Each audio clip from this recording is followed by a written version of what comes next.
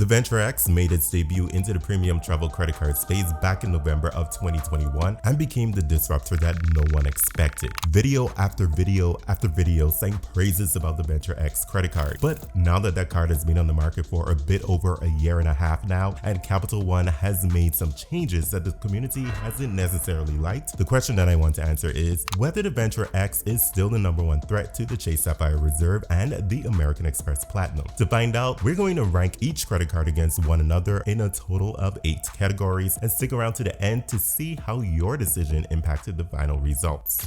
The first thing we need to talk about is the annual fee, as it's one of the most important things to think about when considering a premium travel card, because this is the guaranteed amount of money out of your pocket every single year that you continue to hold these credit cards, and the annual fee in the premium tier is pretty pricey. Of course, many of us already know the Amex Platinum has one of the highest annual fees of the consumer level credit cards, costing a whopping $695 per year. The Chase Sapphire Reserve has an annual fee of $550, which isn't quite as high as the Amex Platinum, but let's be frank, that annual fee is no joke. Up next is the Capital One Venture X, and it's still winning in the annual fee category since it comes with a $395 annual fee. Now, of course, Capital One isn't giving this card away for free, but $395 sounds a whole lot more reasonable than the other two options. This is just the annual fee, and each credit card comes with its own set of credits to help to offset that annual fee, so we'll talk about those a little later on in the video. First place in this category goes to the Venture X, second place goes to the Sapphire Reserve, and third place goes to the Amex Platinum. Up next, let's talk about the next most important thing when it comes to getting a premium travel credit card, and that is the sign-up bonus. The sign-up bonus is extremely important, and missing out on a sign-up bonus is probably one of the most deadly sins that you can commit with a credit card. Once upon a time, the Chase Sapphire Reserve came with a 100,000 point sign-up bonus offer. However, that offer now sits at 60,000 points after spending $4,000 within the first 3 months from account opening. Earlier this year, if I am remembering correctly, I believe that that offer was at 70,000 points. However, it is also worth pointing out that the welcome offer on this credit card isn't typically increased nearly as often as its little brother, the Chase Sapphire Preferred. The Venture X also followed suit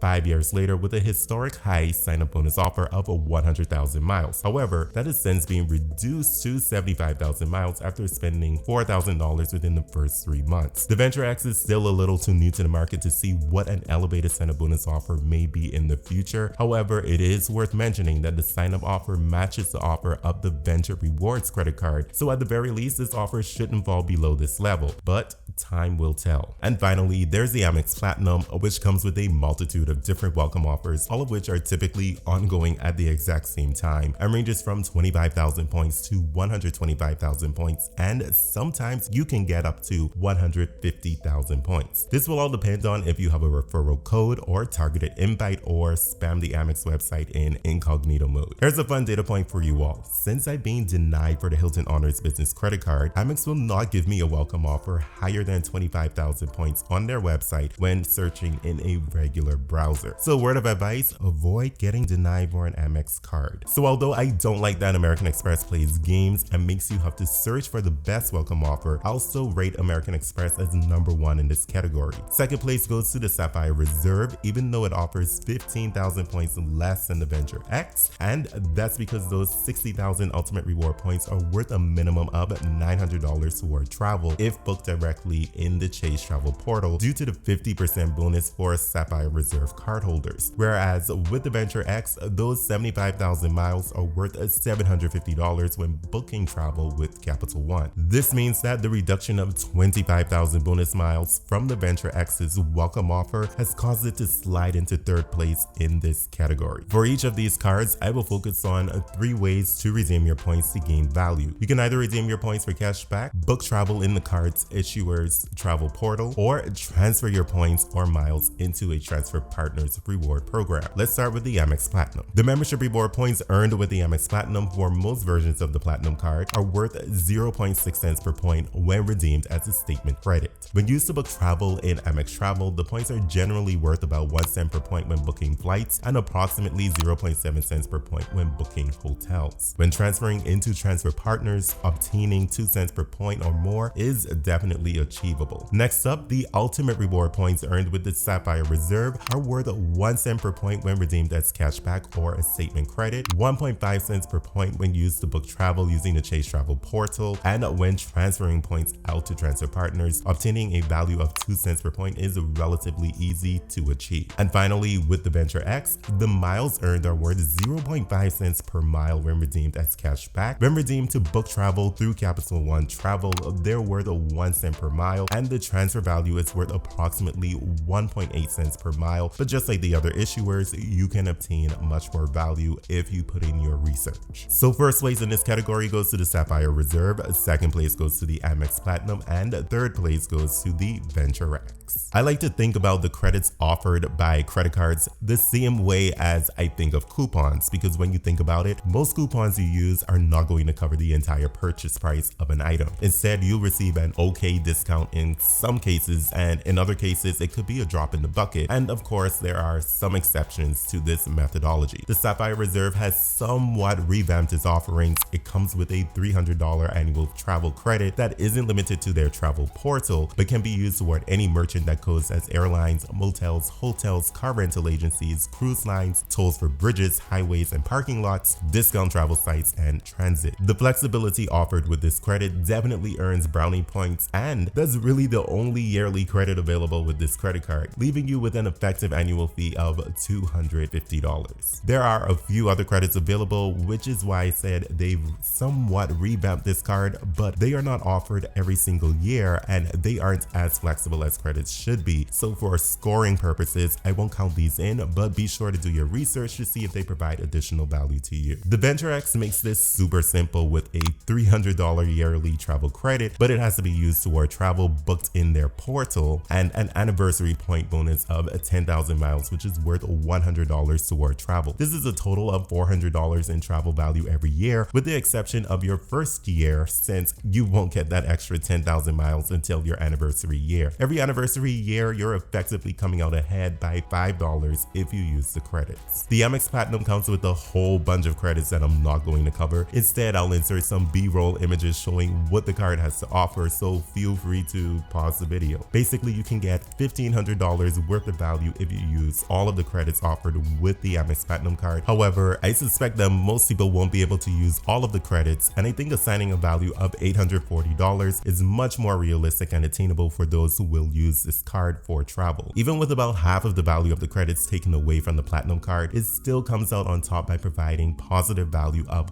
$145. So for this category, the Amex Platinum comes first, the Venture X places second, and the Sapphire Reserve, the only card that doesn't give you the opportunity to receive positive value from the credits offered, loses in this category. I must say, American Express did a good job adding the credits to the Platinum card over the last couple of years to remain competitive and not lose its edge to the Venture X. On the other hand, Chase can really step up its game in this category. The Amex Platinum offers a 5x on hotels booked with Amex Travel, 5x on flights booked directly with the airlines or Amex Travel, and 1x on everything else. The Chase Sapphire Reserve offers 5x points on flights purchased through Chase Travel, 10x points on hotels and car rentals purchased through Chase Travel, 3x back at restaurants, 3x on other travel purchases after the first $300 spent on travel during the year, since the first $300 will trigger the travel credit, 10x on Chase dining, but I don't see that category as a very useful one, and 10x on qualifying Lyft rides through March of 2025. And finally, the Venture X comes with 10x on hotel and rental cars booked through Capital One Travel, 5x on flights booked in Capital One Travel, and 2x miles on all other purchases. I think we have a clear loser in this round, and that is the Amex Platinum. This one is a bit obvious because the Amex Platinum offers the least amount of flexibility to earn rewards, so it's very important to get a good sign-up bonus with this card if you go for it. I actually had a difficult time selecting the winner in this category because both credit cards left match each other with their dependency on travel portal multipliers, but I like that the Venture X gives 2x back on all other purchases, which makes this card a no-brainer to carry around with you. However, with the Sapphire Reserve,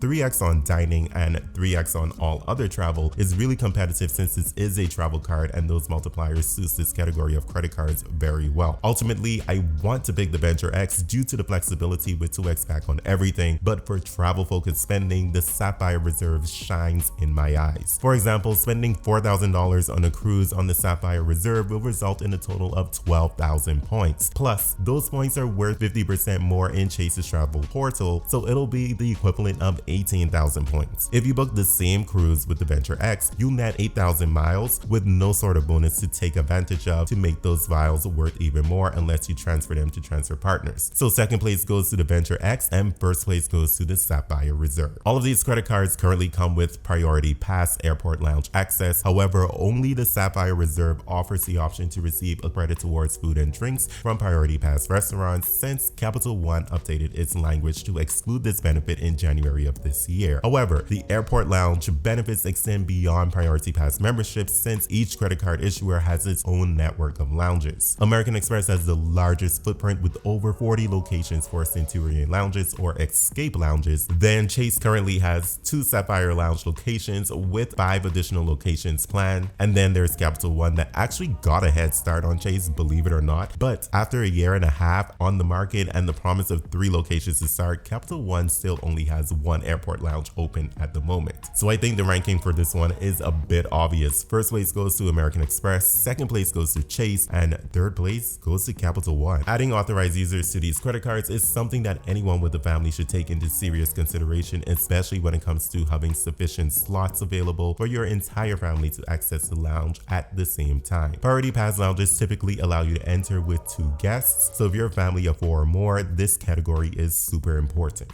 The Venture X allows you to add up to 4 authorized users for no additional fee, so it places first in this category, followed by the Sapphire Reserve, which charges $75 per year for each authorized users. So for a family of 4, you'll only need to add 1 more card holder, and the Amex Platinum charges $175 for up to 3 additional authorized users. So if you need all 3 additional users, then this can be beneficial, but anything less than 3 and you're spending more money than the Sapphire Reserve. So the Amex Platinum places last in this category. Alright guys, I created a poll asking you all which premium travel credit card is the best travel credit card so that your opinion can be counted in this video. But I won't reveal your choices until we go over the results of my categories. Now let's go over the final results, and I'm actually anxious to see if the viewers' choice poll had an impact on my ranking, so we'll add those numbers at the very end, and I'm also anxious to see what I came up with here. In the annual fee category, the Venture X gained 3 points for first place, the Amex Platinum gained 1 point for last place, and the Sapphire Reserve gained 2 points for second place. In the sign-up bonus category, the Venture X came in last with just 1 point, the Amex Platinum took the win earning 3 points, and the Sapphire Reserve came in strong with 2 points for second place. In the point value category, the Venture X came in last once again, earning 1 point, the Amex Platinum placed second earning 2 points, and the Sapphire Reserve gained 3 points for first place. In the credits category, the Venture X gained 2 points for second place, the Amex Platinum gained 3 points for first place, and the Sapphire Reserve earned just 1 point for last place. In the rewards category, the Venture X gained